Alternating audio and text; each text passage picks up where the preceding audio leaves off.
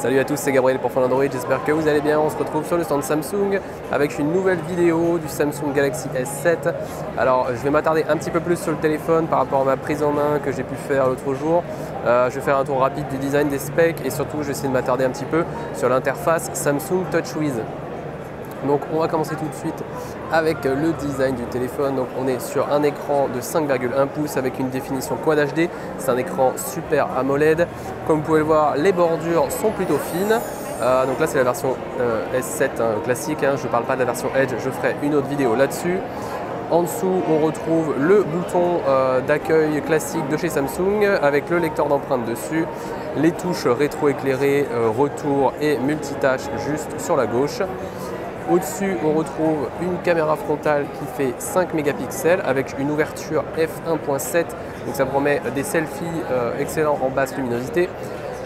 Au-dessus, les capteurs de luminosité et de proximité, le logo Samsung, jusque-là c'est du classique. Une caméra ici qui fait donc 12 mégapixels et puis 16 mégapixels comme c'était le cas sur le S6. En termes de design, il est également incurvé à l'arrière, donc ça c'est une petite nouveauté pour le S7. On a comme ça les bordures qui viennent rentrer pour épouser le cadre en aluminium. Les deux touches de contrôle du volume qui sont séparées. Sur le côté droit, le bouton de mise sous tension. Au-dessus, on a simplement le micro pour la réduction du bruit et une trappe qui accueillera la carte nano SIM et la carte micro SD. Et en dessous, simplement la prise casque 3,5 mm et le haut-parleur donc qui n'a pas changé de place. À savoir qu'on a bien du micro USB classique et pas de l'USB type C. On va maintenant s'intéresser un petit peu à l'interface de ce Samsung Galaxy S7. À cette interface TouchWiz qui a quelques changements et pas de révolution non plus, mais quelques changements tout de même. On a toujours le tiroir des applications que HTC a fait disparaître et que les marques chinoises ne font plus depuis longtemps. Alors c'est peut-être une tendance qui va arriver avec la prochaine version d'Android, Android N. On pourrait voir peut-être disparaître le tiroir des applications. Il faut savoir qu'il y a une option sur le Galaxy S7 pour faire disparaître ce tiroir. Sur le bureau de gauche, on a toujours l'actualité avec Flipboard, avec le partenariat Flipboard. Un appui long sur le bureau vous permet toujours de changer le fond d'écran, d'ajouter des widgets, de changer de thème également. L'application de thème est toujours là. Donc vous connaissez déjà, je vous l'ai présenté sur d'autres smartphones Samsung. Ça vous permet vraiment de changer radicalement l'apparence du téléphone, des couleurs en passant par les icônes, les typographies.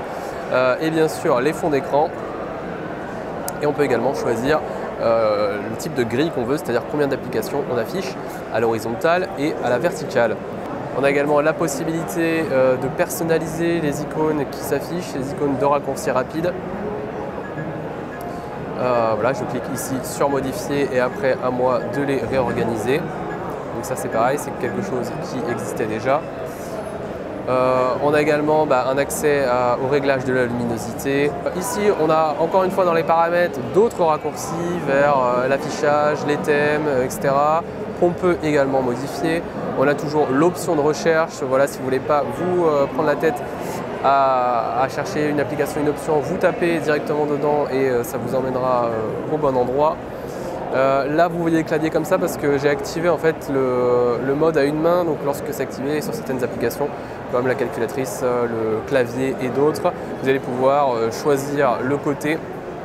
Donc c'est pratique aussi bien pour les gauchers que pour les droitiers et surtout pour l'utiliser à une main plus simplement. Ce Smart Manager vous permet d'avoir un aperçu rapide de l'état de votre batterie, de combien il vous reste au niveau stockage, de la mémoire RAM, ou encore de gérer la protection de votre smartphone, notamment avec le lecteur d'empreintes. On a également une option pour tout nettoyer, donc lorsque vous appuyez là-dessus, le téléphone il va mouliner et il va vous libérer toute la RAM possible, voir si jamais il n'y a pas possibilité de nettoyer également la mémoire de stockage. Une gestion plus fine des applications avec notamment les permissions. Ça c'est quelque chose qui a été introduit avec Android Marshmallow. Voilà, vous pouvez gérer les autorisations, donc là il n'y en a aucune qui est accordée. Après vous pouvez évidemment les affiner. Dans les modes d'affichage, on peut toujours régler la police, Smart Stay, c'est-à-dire que le téléphone ne s'éteindra pas lorsque vous le regardez. En fait, ça va fonctionner avec les capteurs qui sont présents en façade. Le Always On Display, donc ça c'est l'écran en fait qui s'affichera, voilà c'est ça.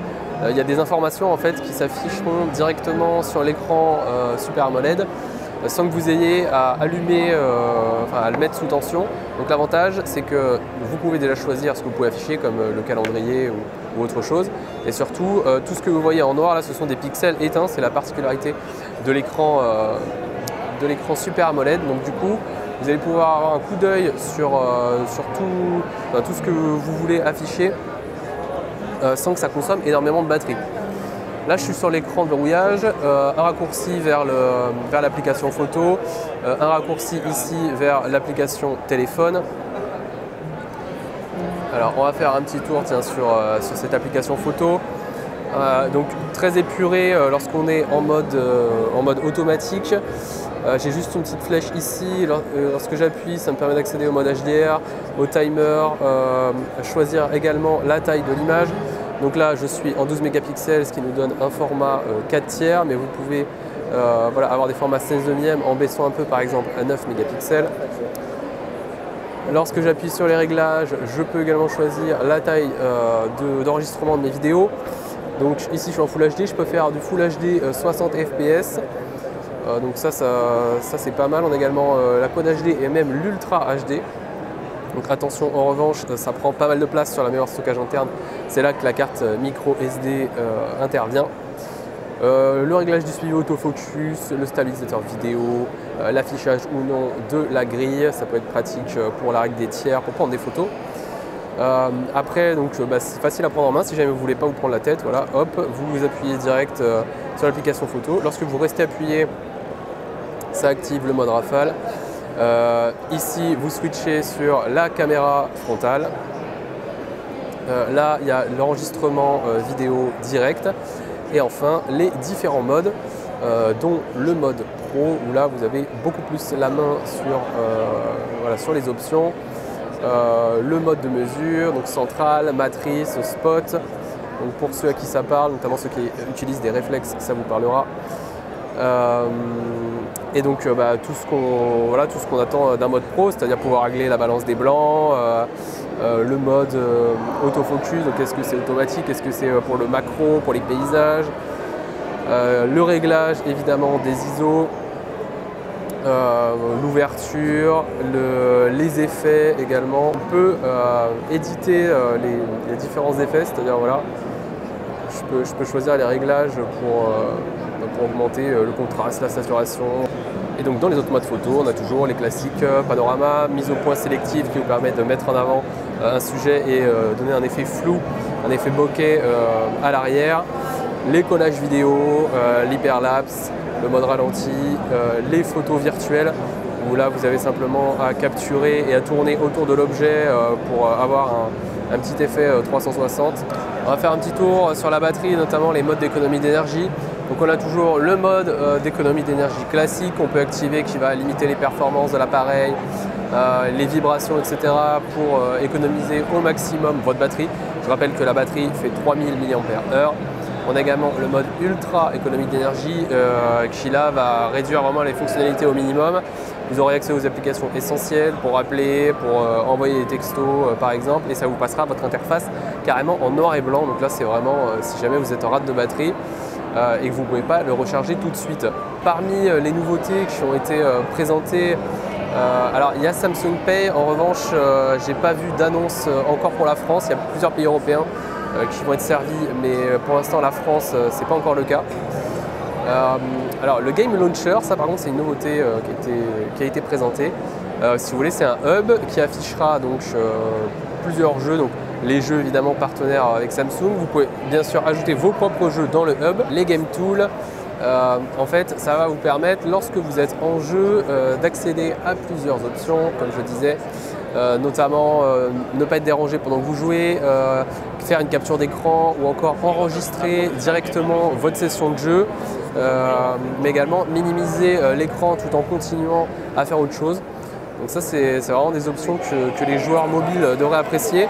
On a évidemment une sélection des meilleurs titres qui sont proposés directement ici, et également les vidéos recommandées qui sont en fait des vidéos d'enregistrement de gameplay, de jeux mobiles directement depuis le téléphone. On a toujours les applications Samsung de préinstaller. Alors elles ne sont pas très nombreuses non plus. Voilà, tout se trouve ici. Donc vous avez email, l'application santé S-Health, S-Voice, Samsung Gear, un gestionnaire de fichiers, donc ça c'est plutôt pas mal parce que celui d'Android Marshmallow n'est vraiment pas terrible. Et bien sûr les Galaxy Apps. Le partenariat avec Facebook est toujours là, on a Instagram et WhatsApp qui sont préinstallés et même chose avec les applications Microsoft avec toute la suite Office. Voilà pour ce qui est de ce petit tour, j'espère assez complet du Samsung Galaxy S7 et de son interface. J'espère que ça vous a plu, n'hésitez pas à liker la vidéo, la partager, la commenter, à poser vos questions. Voilà, si je peux y répondre, j'essaierai de le faire dès que possible.